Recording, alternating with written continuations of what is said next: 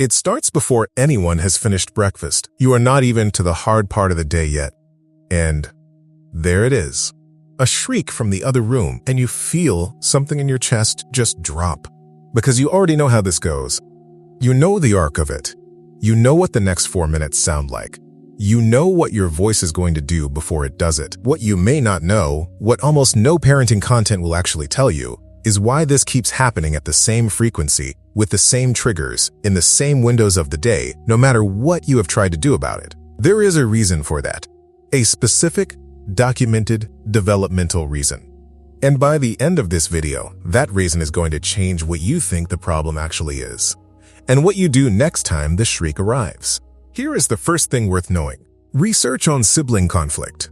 Observational research, where scientists actually watched families in their homes, has documented conflict occurring at a rate of up to 8 times per hour between children ages 4 and 8. 8 times per hour, once roughly every 7 or 8 minutes. That is not a number from a broken household. That is not evidence that someone is failing. That is the documented average. When researchers from Northeastern University studied this, they found that the frequency was not the anomaly. The assumption that it should be lower, that was the anomaly. So if your house has been sounding like a referendum on your parenting every single morning, you are not running something unusual. You are running something normal. That does not make it less exhausting. It does not make the shriek at 7 a.m. any easier on your nervous system, but it changes what you are dealing with. Because here is what the research also shows, and this is the part that almost no one explains. The fighting is not random. It is not a malfunction. It is doing something. The fighting has a function. And until you understand what that function is, every tool you try will keep addressing the wrong problem. Here is what is actually happening when your children fight. They are not fighting about the toy. They are not fighting about who touched whose arm in the back seat. They are not fighting because they are bad at getting along with people. They are negotiating. Every human child, by design, is wired to secure the resources that keep them safe. Food, attention, warmth, belonging.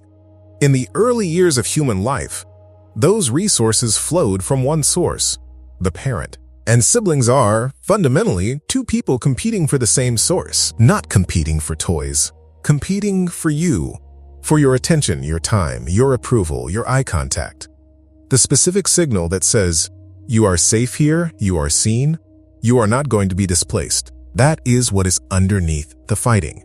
Not bad behavior, not a character flaw, a survival signal operating exactly as it was built to. And here is the part that makes this make complete sense. Research on sibling relationships consistently shows that children actually treat their friends better than their siblings. Not because they love their siblings less, but because the sibling relationship is involuntary. Your children cannot opt out of each other. They cannot end the relationship when it gets difficult. They cannot choose a different competitor. They are locked in. And in an involuntary relationship with shared resources and no exit, conflict is not a bug. It is the entire operating system. The fighting is the relationship working exactly as evolution built it to work. That does not make it acceptable at every intensity level, but it completely changes what you are dealing with when you walk into that room. Now here is the part that matters most, because most parents watching this have already tried the peace corner. The family meeting. The natural consequence, the scripts for conflict resolution. And most of those parents would say the same thing about all of them. They held for a few days, and then the house was right back here. That is not a failure of effort. That is not a failure of commitment. That is a failure of targeting. Every tool that most parenting advice offers for sibling conflict works at the behavioral level. What to do in the moment a fight erupts. And the problem with that is, the moment the fight erupts is the worst possible time to teach anything. 2 activated nervous systems, competing for your attention, in the middle of a resource signal that runs 24 hours a day. That is not a teachable moment. That is a fire. You have been trying to manage the weather. The moment a storm breaks, you rush out with an umbrella. The storm passes, you go back inside. Another storm breaks, you go back out. And the atmospheric pressure, the actual condition that keeps generating the storms, has never been touched because it was not what the tools were aimed at. This is why the same moment keeps returning. Not because you failed at the tool, because the tool was built for a different problem than the one you have. What actually shifts is not what happens during the fight. What actually shifts is what happens before it.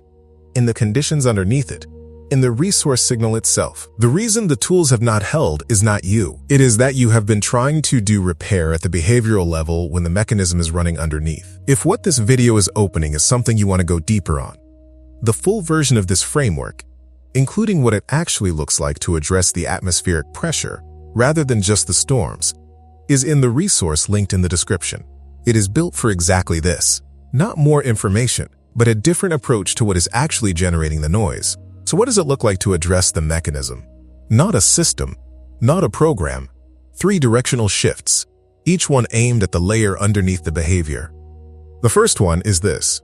Reduce the resource scarcity signal before the fight starts. Small, deliberate, undivided attention to each child. Not as a reward, not as a correction, but as a daily signal that says your supply is not threatened. Research on this is consistent. When children receive regular one-on-one time with a parent, conflict frequency with siblings measurably decreases. Not because they suddenly like each other more, because the competition pressure drops. It does not have to be long. 10 minutes, fully present, phone down, just with them. That is enough to move the signal. The second shift, stop trying to arbitrate fairly and start naming the need. When you walk into a fight and try to figure out who started it, who had it first, who is being unreasonable, you have already stepped into the frame they set. You are now the resource being competed for in real time, while both children escalate to win you. What actually interrupts the mechanism is different. It sounds like, I can see you both really want to be first. That makes complete sense. Here is what we are going to do. Not a verdict. A witness. You are not ruling on who is right. You are acknowledging what is underneath the behavior and then redirecting it. That is a different job, and it lands differently. The third shift, and this is the one most parents never try. Coach the calm window, not the storm. Any skill you want your children to have for managing conflict between themselves, any script, any strategy, any phrase, can only be taught and practiced when neither of them is activated. Not during the fight, not immediately after. On a Tuesday afternoon when everyone is fed and no one is in competition, that is when you say, next time you and your brother both want the same thing, here is something you can try. And then you practice it, out loud, like a rehearsal. Because the nervous system can only access skills it has already practiced in a calm state. Skills introduced during a storm are unreachable during the next storm. This is not a bigger effort than what you are already doing. It is a different placement of the effort. Before the storm, not during it. The pressure, not the weather. If this opens something, if the framework for what is actually underneath the noise is something you want to go further with, the link in the description and the pinned comment are where that goes next. What have you tried for sibling conflict that actually worked, even temporarily? And what do you think made it hold or not hold? There is something worth carrying from this. Your children are fighting at a rate that observational research considers typical. They are fighting because they are wired to compete for something they genuinely need. Your presence, your attention, the signal that they are safe and not going to be displaced. That does not mean every fight is acceptable. It does not mean nothing can change. It means the thing that actually changes it is not another intervention during the fight.